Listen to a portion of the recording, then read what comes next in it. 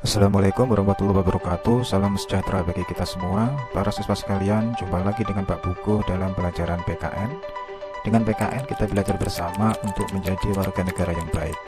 Ingat, di masa pandemi ini selalu laksanakan protokol kesehatan, laksanakan selalu 5M. Kali ini kita akan melanjutkan materi kemarin. Materi kali ini bertemakan penetapan Pancasila sebagai dasar negara. Tapi sebelum kita mulai, untuk mengingat materi yang kemarin, berikut cuplikan dari materi yang telah kita bahas pada pertemuan pertama. Yang benar-benar akan memberikan kemerdekaan kepada Indonesia. Untuk itu maka pada tanggal 1 Maret 1945 dibentuklah BPU PKI yang merupakan kepanjangan dari Badan Penyelidik Usaha-Usaha Persiapan Kemerdekaan Indonesia atau dalam bahasa Jepang disebut.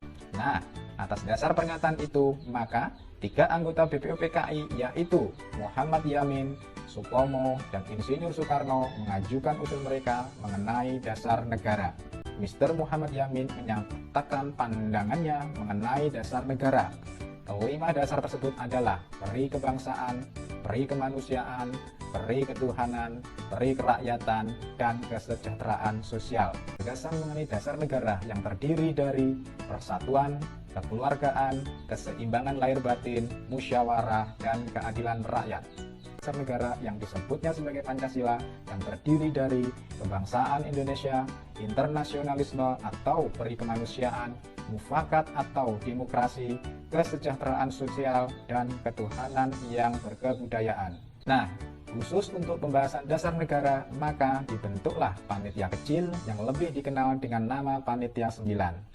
Panitia 9 ini diketuai oleh Insinyur Soekarno dengan wakil Muhammad Hatta dan anggotanya M. Yamin, A.A. Maramis, Adi Kusno Cokro Sujoso, Abdul Kahar Muzakir, Haji Agus Salim, Mr. Ahmad Subarjo, Kiai Haji Wahid Hasim, dan Muhammad Yamin. Adapun tugas panitia ini adalah untuk menyelidiki usul-usul mengenai rumusan tentang dasar negara, bukan hukum dasar atau biasa disebut dengan Undang-Undang Dasar. Yang kedua, rumusan tentang konsep dasar-dasar negara tercantum dalam Rancangan Mukadimah Hukum Dasar.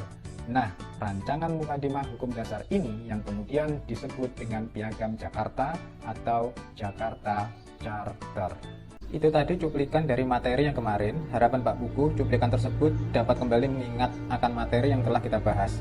Hal ini karena materi ini merupakan kelanjutan dari materi kemarin. Oke para siswa, marilah kita mulai pembahasan materi kali ini.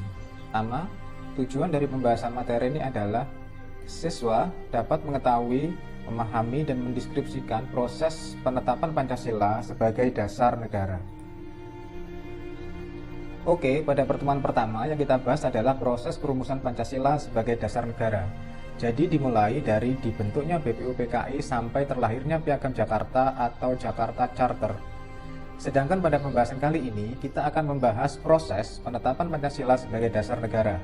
Hal ini berarti Pancasila dinyatakan sah sebagai dasar negara Republik. Cerita kita awali dari pembentukan PPKI yang menyambung dari pertemuan pertama bahwa untuk merealisasikan janji kemerdekaan kepada Indonesia, maka Jepang membentuk suatu badan yang disebut BPU PKI atau Badan Penyelidik Usaha-Usaha Persiapan Kemerdekaan Indonesia.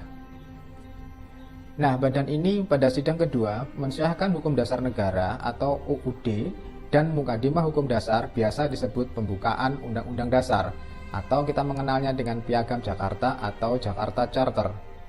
Yang mana pada alinea keempat pembukaan Undang-Undang Dasar tersebut terdapat Rancangan Dasar Negara. Nah, setelah sidang kedua BPU PKI selesai, maka BPU PKI dibubarkan. Sebagai gantinya, pada tanggal 7 Agustus 1945, Jepang membentuk PPKI atau Panitia Persiapan Kemerdekaan Indonesia atau dalam bahasa Jepang disebut Dokuritsu Sunbe Rinkai. Tanggal 9 Agustus 1945, Insinyur Soekarno, Muhammad Hatta, dan Dr. KRT Rajiman Widyodiningrat menemui Jenderal Terauchi di Saiko Shikikan Saigon. Hasil dari pertemuan ini adalah Insinyur Soekarno diangkat sebagai Ketua PPKI dan Muhammad Hatta sebagai wakilnya. Sedangkan anggota PPKI diputuskan berjumlah 21 orang, termasuk ketua dan wakil ketua. Lanjut, tanggal 14 Agustus 1945, Insinyur Soekarno mengumumkan bahwa Indonesia akan merdeka secepat mungkin dan bukan merupakan pemberian Jepang, melainkan hasil dari perjuangan bangsa Indonesia sendiri. Nah, untuk mewujudkan itu, maka anggota PPKI ditambah menjadi 6 orang, sehingga seluruh anggotanya berjumlah 27 orang dan semua anggota PPKI ini berasal dari bangsa Indonesia semua. Tanggal 14 Agustus 1945, Jepang menyerah kepada Sekutu. Hal ini menyebabkan kekuasaan Jepang di Indonesia secara real telah berakhir dan Indonesia tidak berada di bawah kekuasaan negara manapun. Hal ini digunakan sebaik-baiknya oleh Indonesia untuk menyatakan kemerdekaan bangsa Indonesia. Maka pada hari Jumat tanggal 17 Agustus 1945, Insinyur Soekarno didampingi oleh Muhammad Hatta dan atas nama bangsa Indonesia memproklamasikan kemerdekaan bangsa Indonesia ke seluruh dunia. Proklamasi. Kami, bangsa Indonesia, dengan ini menyatakan kemerdekaan Indonesia.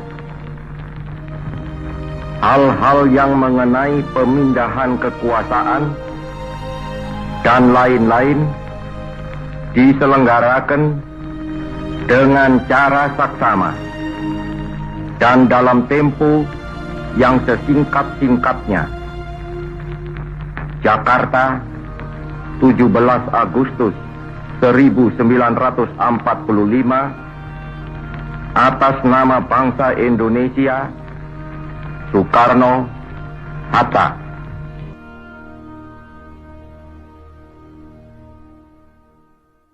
Selanjutnya, pada tanggal 18 Agustus 1945, PPKI melaksanakan sidang pertama dan menghasilkan keputusan sebagai berikut.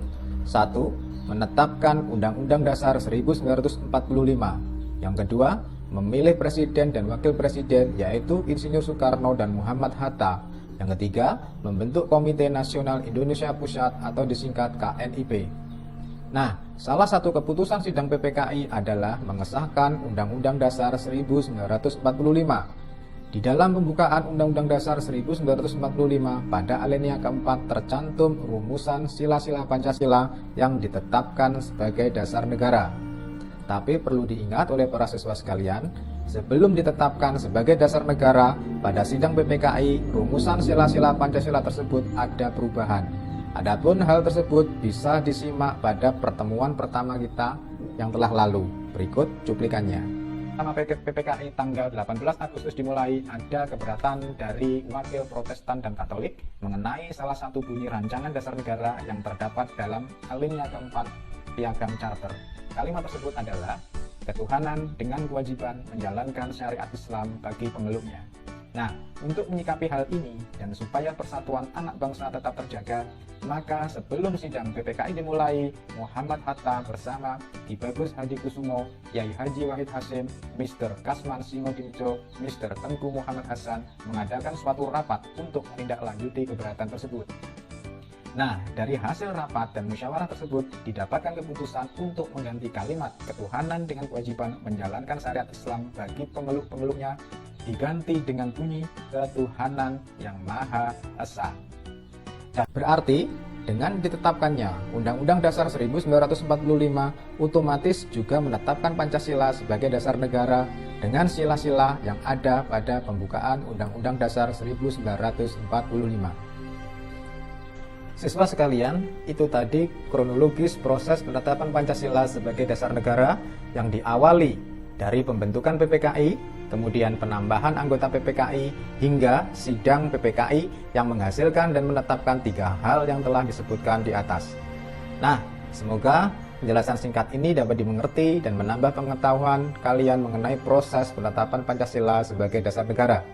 Oke siswa sekalian, jangan lupa ya, setelah tayangan ini kalian dipersilahkan untuk menjawab kuis yang telah dipersiapkan oleh Pak Buku.